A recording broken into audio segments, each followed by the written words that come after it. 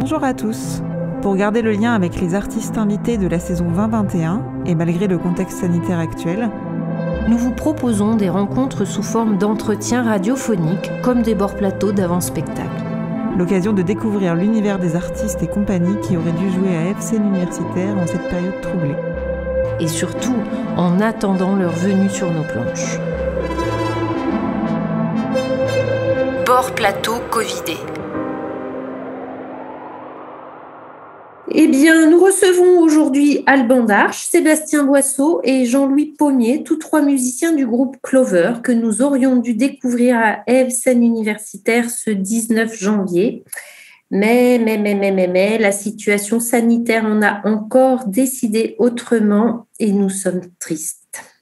Bonjour à vous, merci d'avoir accepté notre invitation à vous raconter. Nous allons essayer de faire un peu votre connaissance, de découvrir votre univers en espérant donner envie aux auditeurs d'aller plus loin dès que cela sera possible. Mais j'ai quand même le plaisir d'annoncer tout de suite que normalement, si tout va bien, si le soleil revient, nous pourrions quand même vous entendre le 29 mai prochain. Croisons les doigts. Alors, tout d'abord, si nous faisions un petit tour de table, pouvez-vous vous présenter un peu et nous parler de vos parcours ?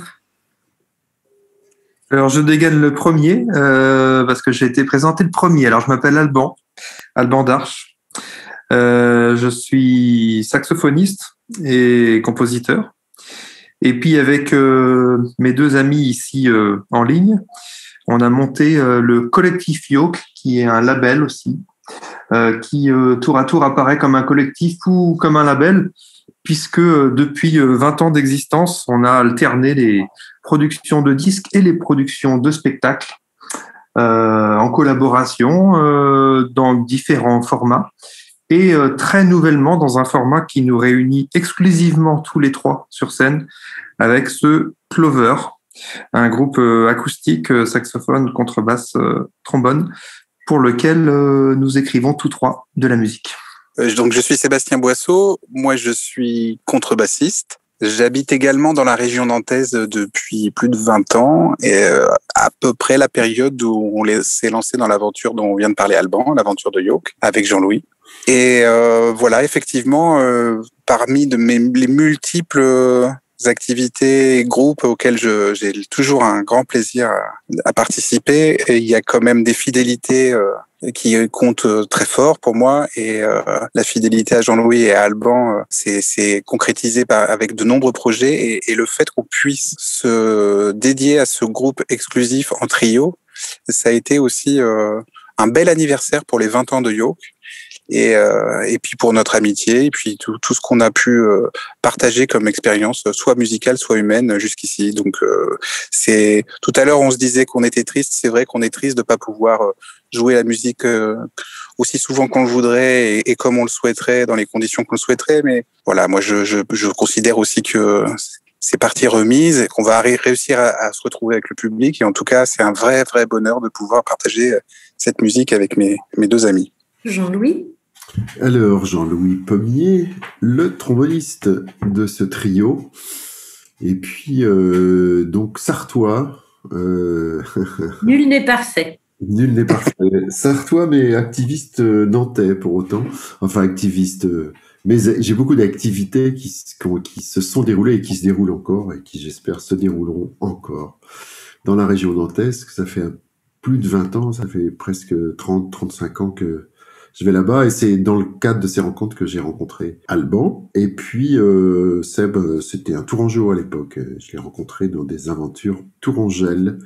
Bon, et quand on s'est rencontrés, quand on s'est posé la question il y a un peu plus de 20 ans de qu'est-ce qu'on allait faire de nos projets personnels, après quel label on allait courir, et que on a décidé de faire de cette envie et de ces projets, et par synergie, un nouveau label, et ne pas courir après des choses qui étaient pas très sûres. On s'est dit qu'on avait peut-être la force de frappe pour entamer cette aventure. Et bien, nous en a pris, parce que depuis, il s'est développé beaucoup de choses, on a pu y développer beaucoup de projets. Et avec bonheur, on est arrivé, après moult tentatives, parce qu'on a essayé plusieurs fois, mais peut-être question de moment, de maturité aussi. Hein. On a des maturités personnelles, mais on a des maturités collectives. Et bien voilà, au sein de ce label collectif, on est heureusement arrivé à la création de ce trio qui est une vraie réjouissance, un trio acoustique et aventureux. Voilà. Vous avez tous les trois parlé tout de suite et très spontanément du label donc, que vous avez créé il y a plus de 20 ans. Vous avez reçu en 2006 le Django d'or du spectacle vivant pour l'ensemble de votre activité. Et le label a également obtenu une victoire du jazz en 2019. C'est une belle reconnaissance. Vous pouvez nous parler un peu plus de justement des projets du label, de pourquoi vous avez décidé de créer ce label, de quoi vous aviez envie à ce moment-là, il y a 20 ans, d'éditer, d'accompagner, de produire, de raconter un peu. Ouais, quand on a monté ça, c'était pour 2 raisons. On avait envie d'être autonome avec des outils. C'est-à-dire que maintenant, ça paraît un peu plus évident parce que plus de musiciens se sont structurés. À l'époque, c'était le début un peu des structurations. Nous, on avait envie d'être autonome avec nos propres outils donc de production pour que quand on a une idée, du début de cette idée jusqu'à la production d'un projet, d'un disque, d'un spectacle, on ait les outils qui nous permettent de mettre ça en route sans qu'on soit tributaire de partenaires multiples. Donc du coup, ça voulait dire avoir une boîte de production et puis avoir un label pour la diffusion des enregistrements, en l'occurrence des disques compacts à l'époque. Alors depuis, on sort un petit peu des vinyles parce qu'il y a du public pour ça maintenant que le compact est en perte de vitesse. Mais on a sorti des disques pendant 20 ans. Au début, les nôtres parce que c'était notre outil.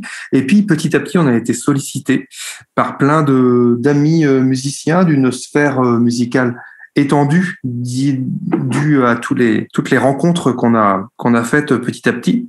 Donc des musiciens qui sont proches de nous géographiquement, des musiciens qui sont loin de nous géographiquement, beaucoup d'étrangers aussi, mais toujours avec une perception artistique dans une nébuleuse commune et puis une envie de faire des choses ensemble, c'est-à-dire de se retrouver dans un cercle quasi familial pour la production. Voilà comment ça s'est passé, cette envie de monter cet outil commun et une envie aussi de faire les choses en commun, c'est-à-dire de les faire de façon non pas individuelle mais collective. C'est vraiment quelque chose qui nous tient à cœur et qui continue de nous tenir à cœur depuis le début, tant dans la musique que dans l'organisation. C'est-à-dire que je pense qu'on était aussi tous les trois, on se rejoignait sur quelque chose qui est assez sensible pour nous, c'est aussi la passion pour le disque. Et je pense que c'est une passion qui est un petit peu inhérente à la musique qu'on pratique, c'est-à-dire que c'est une musique qui est un support à beaucoup de choses improvisées, qui donc par définition ne s'écrivent pas forcément en amont, qui peuvent se relever peut-être après coup, mais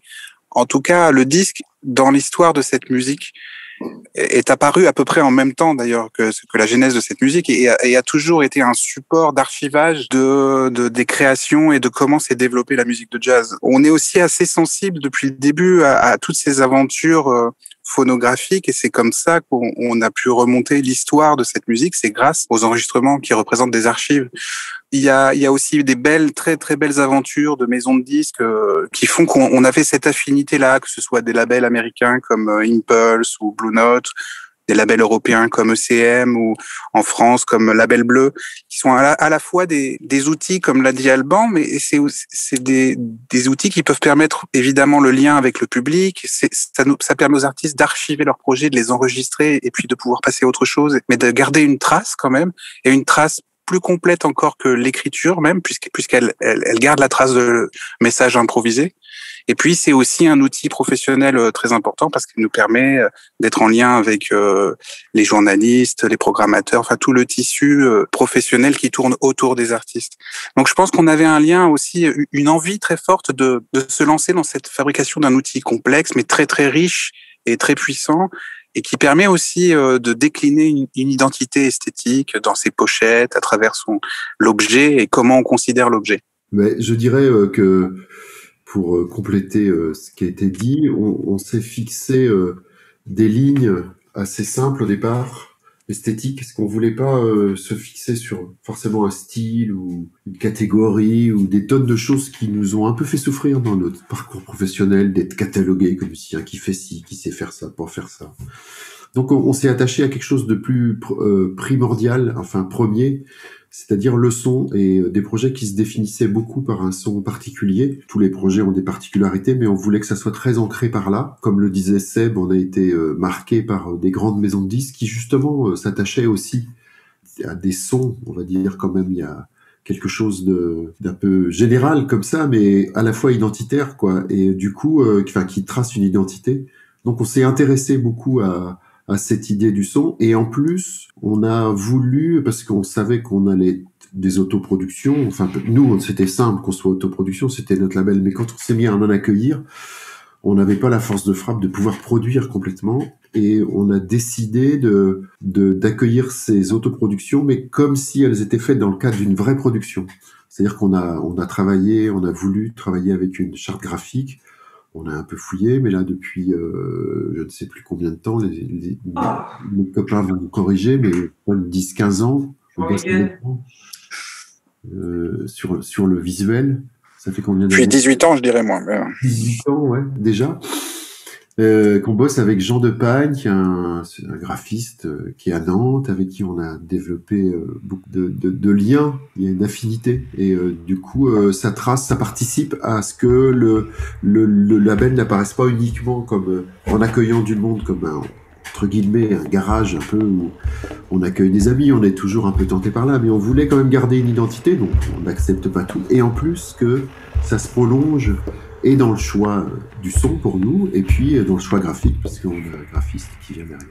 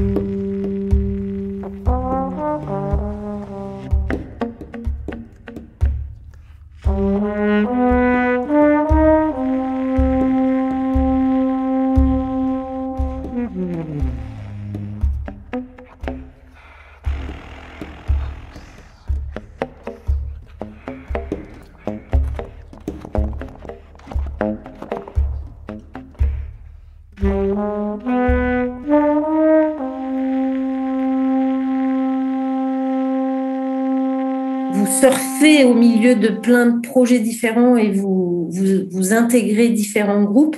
Mais là, avec Clover, ça fait des années que vous jouez ensemble et notamment dans des formations comme le Gros Cube. Et là, vous décidez 20 ans après quasiment de vous retrouver vraiment en trio. Le trio, les fondateurs du label qui sont à la fois maintenant réunis sur ce nouveau groupe finalement à l'intérieur du label. Pourquoi vous ne l'aviez pas fait avant ? On a été tenté plusieurs fois. On y a pensé, on a élaboré les choses. Et puis c'était un peu une instrumentation un peu spécifique, parce qu'on est deux soufflants contrebasse. Peut-être une petite crainte par là, je sais pas. En tout cas, ça a été sur le métier plusieurs fois. Et là, ça nous a semblé être le moment opportun. Pour ma part, moi, je l'ai lu un peu comme ça. C'est-à-dire que ça a été fait de valse et d'hésitation. Parce que le projet était vraiment, était prêt à sortir. Enfin, il y avait une volonté qu'il existe. Il fallait trouver une bonne coïncidence, une bonne conjonction. Les 20 ans, ça a été vraiment la grande stimulation. Enfin, quand on dit les 20 ans, c'est qu'on s'y est mis, bien sûr, avant pour pouvoir annoncer les 20 ans. Donc voilà, ça a été le moment qui a emporté le truc. On en avait parlé plusieurs fois et là, on s'est dit bon, c'est marre. Allez, on y va, on fonce. On joue la carte de jouer tous les trois. Il y a des temps où on est accaparé par certaines actualités, certaines activités où on est plus en leader sur d'autres projets. Donc, c'est vrai que parfois, il y en a un qui peut être plus dispo que les deux autres. Je suis d'accord avec Jean-Louis. En fait, il fallait trouver le bon moment. L'anniversaire nous semblait être comme une évidence, en fait. Plus on se rapprochait de cet anniversaire, plus on se disait, ça va être la superbe occasion pour se pencher dessus. Oui, puis même si avant, comme le dit Jean-Louis, on a pensé plusieurs fois à faire ce trio, on n'était pas frustré de ne pas avoir d'aventure musicale nous réunissant, puisque, comme ça a été dit, on s'est retrouvé dans les rangs de pas mal d'orchestres au fur des années, tous les trois ensemble, donc avec quand même cette possibilité d'échanger et d'improviser, ce qui fait que cette non-frustration nous a permis de repousser jusqu'au moment où on s'est dit ah bah là ça y est, c'est le moment parce que tous les indicateurs sont au vert, on va vraiment faire ça. Oui, puis il y a eu aussi un phasage dans l'histoire de Yo qui fait qu'on n'a pas toujours été trois. Il y a eu des moments où le collectif s'est retrouvé plus nombreux. Voilà, c'est aussi ça qui fait que le fait qu'on se soit retrouvé recentré sur le trio fondateur pendant les dernières années a permis aussi de mûrir cette décision-là. Alors, est-ce qu'on parle un peu quand même un peu plus précisément de l'album Vert Émeraude que vous avez sorti à cette occasion? Vous dites qu'il est résolument poétique. Vous me racontez un peu? Résolument poétique, oui, bien sûr, il est poétique et on l'a voulu poétique. Après, c'est pas facile de commenter cette dimension. Ce qui est sûr, c'est qu'on voulait prendre le temps dans la musique. C'est ça qu'on s'est dit, comme on avait prévu dès le départ d'écrire chacun des morceaux. On voulait qu'il ait une certaine cohérence. Alors la cohérence au niveau du son tenait aux individualités et puis à l'acoustique, donc ça nous inquiétait pas. Mais au niveau du matériau, on s'était donné pour cahier des charges de prendre notre temps dans l'exposé de la musique et dans l'improvisation. Voilà, de laisser des respirations, de laisser de la suspension, de pas avoir peur du silence. Oui, c'est ça, c'est cette matière à sculpter et cette possibilité de la sculpter en se répartissant la responsabilité de la pulsation, puisqu'on joue sans batteur. Et c'est aussi cette dimension qui donne une musique beaucoup plus douce, je pense, qui patialisée.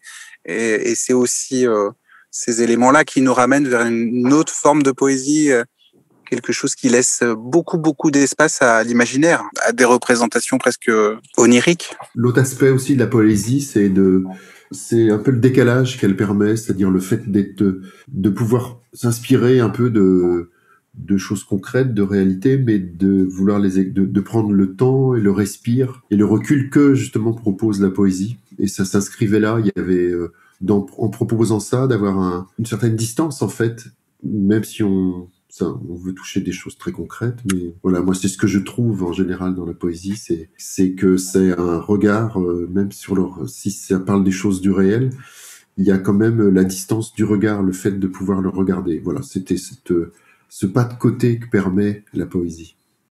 C'est toujours évidemment un peu difficile de parler de votre musique sans pouvoir l'entendre en même temps. Quels sont d'ailleurs vos projets? Comment vous avez vécu cette période sanitaire ô combien trouble. Comment vous avez réussi à maintenir une activité, à maintenir des projets ensemble?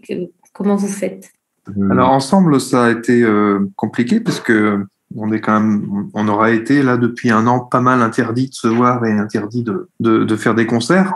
On a fait de la visio. Ça pallie pas à tout, mais ça permet de garder le contact. On s'est appelé parce que on l'a dit, en dehors d'être des collègues et avant tout, on est aussi des amis. Donc on reste en contact, quelles que soient les circonstances. Moi, pour ma part, j'ai écrit de la musique. J'écris toujours de la musique, donc je me suis astreint à une écriture un peu quotidienne comme je le fais d'habitude, avec la solitude qui va avec, mais qui est mon habitude. Une frustration de ne pas jouer, bien sûr, comme tous les artistes. Une peur de l'avenir aussi, en voyant pas le bout du tunnel. Et puis par moments aussi une forme de résilience, c'est-à-dire que tiens, c'est encore annulé, tiens, on n'a pas de perspective, ça devient le quotidien. Alors ça, c'est pas du tout réjouissant. Mais j'ai fini un petit peu par vivre avec. Heureusement que je travaille quand même, que je suis pas oisif, parce que je sais pas comment j'aurais pu m'en sortir là-dedans. Donc je travaille, je produis. J'ai du mal à me motiver bien souvent parce que la production n'a pas de date pour l'instant à être présentée en public. Bon, il y en a des dates, mais elles continuent d'être annulées, reportées. Enfin, on a vraiment du mal à avoir des perspectives. Pour moi, ça a été un peu différent. C'est-à-dire qu'au moment où le premier confinement est tombé, j'étais dans les starting blocks, je devais partir pour 30 jours, j'avais beaucoup de travail et je me suis retrouvé un peu coupé dans un élan, ce qui fait que je suis passé à autre chose. Je me suis posé chez moi et je me suis occupé de choses que je n'avais plus le temps de faire à la maison. Donc, j'ai presque mis tout de côté et je me suis engouffré. J'ai mis l'énergie que j'avais préparée dans autre chose. Donc, j'ai un peu laissé la musique de côté pendant les premières semaines, ce qui m'arrive assez rarement parce que je suis quand même en général assez actif tout le reste de la saison. Et là, je me suis aussi aperçu que j'étais quand même assez fatigué et que j'ai pris cette période-là qu'on vit depuis un bon moment comme un gros temps de repos et j'avais cette possibilité-là, vivant à la campagne, dans un espace pas trop exigu, avec cette chance-là, en tout cas, de pouvoir me consacrer à un rythme un peu plus centré sur mon rythme et plus à courir partout dans tous les sens. Donc, ça m'a fait beaucoup de bien jusqu'au deuxième confinement où là, effectivement, je l'ai un peu moins bien vécu quand même parce que là, j'ai commencé à comprendre que ça allait être une affaire très, très longue. Puis, des incompréhensions de choix politiques aussi, qui sont pas faciles, je trouve, à maintenir concernant nos professions, concernant ce décalage entre les foules qu'on voit se réunir dans certains commerces ou tout ce brassage de personnes dans des transports en commun et cette pression qui est mise sur les lieux de culture. Et les universités. Oui, et évidemment, moi j'ai aussi un enfant qui est en train de finir son lycée et on sent de plus en plus une difficulté psychologique Au départ, j'ai pris ça comme une bouffée inattendue et qui m'a fait du bien, qui m'a permis une sorte de méditation et puis de repos et pour retrouver une énergie. Et là, effectivement, ça commence à devenir assez lourd et il y a cette non-perspective qui commence à devenir vraiment extrêmement pesante. Alors, par chance, il y a toujours possibilité de pouvoir répéter par moment, de pouvoir rentrer en studio, faire des albums, mais comme vient de le dire Alban, il y a toujours cette non-production au final qui crée aussi des engorgements. Tous les reports de saison font qu'on sait également aussi qu'on va avoir une vraie perturbation des 2 prochaines saisons, parce que tout ça va être extrêmement compliqué à remettre sur les rails. Oui, à moins qu'on puisse rajouter vraiment des jours dans le calendrier, mais sinon, en effet, on aura du mal à tout caser. Ouais, rajouter des jours dans le calendrier ou des moyens donnés à des lieux aussi pour oui. pouvoir jouer, faire des choses un peu plus souvent qui sont en général limitées aussi par les budgets. Il y a quelques endroits où la scène est toujours prise, mais il y en a d'autres où la scène est quelquefois vide une partie de la semaine. Pendant ce confinement, on a pu répéter quand même. On a commencé à travailler Clover Extension. Avec d'autres musiciens ? Non. Ah. Expansion dans le temps et dans la musique, mais pas encore dans le nombre. En général, on pense ce genre de projet, on le voit avec le gros cube, il y a pas mal de formations qui se figurent sur Yo, qu'on pense les choses assez dans le temps. Et Clover en fait partie. Et là, on est sur le deuxième volet, on sera tous les trois, et on se disait que s'il y avait à y avoir des invités, ça sera l'occasion d'un troisième ou peut-être seulement quatrième volet, allez donc savoir. Donc du coup, on a profité quand même d'une des deux ces périodes de confinement ou en tout cas de restriction et de limitation d'activité pour quand même répéter, parce que ça on pouvait le faire. Et ça a été bon. On a commencé à mettre en route donc ce deuxième volet, voilà, qui est là, prêt à bondir. Alors effectivement, on a des tonnes de dates, des tonnes. On en a quand même pas mal qui étaient prévues là et qui vont être reculées. Heureusement pour l'instant, on est dans des bonnes relations avec les lieux et du coup il y a la volonté quand même de vouloir garder un peu les projets que ça, mais comme le disait Seb, ça s'embouteille, c'est un peu compliqué de voir tout ça. Les perspectives sont, plus on attend, plus elles vont être bizarres, et effectivement c'est à gérer avec et sa cohérence, qui sont foncièrement des choix politiques, économiques et sociaux qui nous paraissent étranges, parce qu'ils sont pas, d'un point de vue sanitaire, ils sont bizarres. On autorise des choses, des écarts, des concentrations et des tonnes de trucs, pourvu que le commerce fonctionne un peu, quoi. C'est un peu l'idée. Après, mais c'est en même temps un bon temps où ça soulève des questions essentielles, puisqu'on a parlé de essentiel. Qu'est-ce qui est essentiel? La culture est venue se placer. On est content aussi de voir que, ça pousse de ce côté-là, quoi. Les gens ont quand même envie qu'il se passe des choses. Dans les déconfinements, du fait de notre histoire, et que non seulement on puisse travailler sur des lieux qui soient reconnus, identifiés, où il y a un public précis qui vient, ce qui est assez plaisant. On a toujours eu envie et en tête, et on y travaille régulièrement, d'aller au-devant d'autres endroits, d'autres publics. On se pose toujours la question de comment cette idée de culture peut être partagée par toujours un plus grand nombre, parce que il y a toujours une forme de restriction là-dedans. Et dans les petits temps entre les confinements, où il y a eu du déconfinement, il s'est passé des actions. Il y a eu une opération kiosque pour le jazz sur Nantes qui a été assez heureuse là-dessus, où les musiciens ont pu mettre en avant le fait que, organisé depuis déjà de nombreuses années en structure et opérant comme ça sur les territoires déjà depuis longtemps, il y avait une grande expérience. Et à ce moment-là, les grandes scènes, les grands lieux et les institutions étaient bien émunis de refaire repartir la machine, et c'était des petites structures comme celle-ci, comme la nôtre, qui étaient, et comme d'autres, qui ont pu le faire. En Sarthe, il y a eu l'opération via la compagnie 72, un rassemblement de compagnies qui a fait un nouvel horizon. Ouais. Pendant ce confinement, voilà, on assiste à ce genre de choses, et c'est assez heureux, et voilà, ce qui me ramène à dire que pendant ce temps de confinement, on avait l'aspect personnel qui était pas forcément facile, mais en même temps, c'est donné l'occasion du temps de réflexion, des gens de se repenser les choses. La grande question, en fait, c'est au sortir, est-ce qu'on va tirer expérience de tout ce temps où on a réfléchi, repensé des trucs, et où est-ce que on va juste se dire, allez, on a perdu beaucoup de temps, on va repartir et franc comme un avant, sans rien changer, ce qui serait foncièrement malheureux et désespérant, je pense, pour une grande partie de la population. Et on espère, nous, que d'un point de vue culturel, voilà, il y a l'occasion un petit peu de repenser, parce que l'idée du projet culturel au sein de la société, puis qu'elle reparte un peu plus assainies, qu'elle reparte, ça c'est sûr, mais aussi avec plus de concertation, de reconnaissance, de discussion, de liens entre les acteurs, différents acteurs qui sont dans la proposition culturelle. Voilà.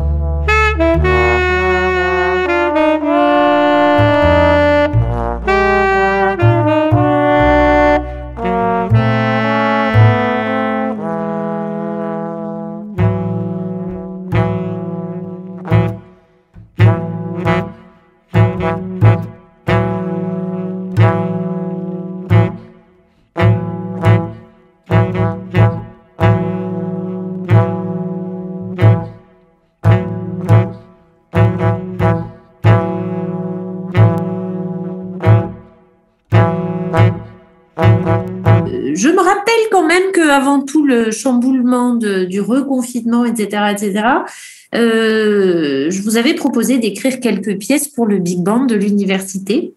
Je sais bien que vous n'avez pas pu vous rencontrer puisque certaines choses sont complètement interdites, mais quand même, je me souviens de mots de Jean-Louis qui me parlaient de musique de chambre et ça m'interpellait de la musique de chambre face à un Big Band. Est-ce que vous voulez m'en dire un peu plus ? Ce qui ressemble à un groupe de musique de chambre par sa taille et par le fait qu'il est vraiment en acoustique, c'est Clover.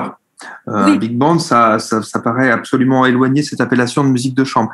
Mais puisque, comme je le disais tout à l'heure, il y a certains morceaux composés pour Clover que j'ai décidé d'orchestrer pour big band, eh bien, ça fait ce lien entre un matériau chambriste et le fait qu'on peut lui donner des dimensions supplémentaires avec une grosse machine pour l'interpréter. Donc, on va s'éloigner de l'idée de musique de chambre, mais quelque part transposer un fonctionnement de musique de chambre sur un gros orchestre. Donc, dans ce sens-là, en tout cas pour ce qui est de mes morceaux, il y a vraiment un lien.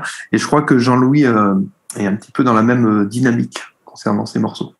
Ouais, tout à fait. Et puis, d'en avoir parlé, ça a été lié aussi au fait qu'on était pendant un temps à imaginer donc nos interventions avec des étudiants et un big band au sein de la faculté. Et le BUM, le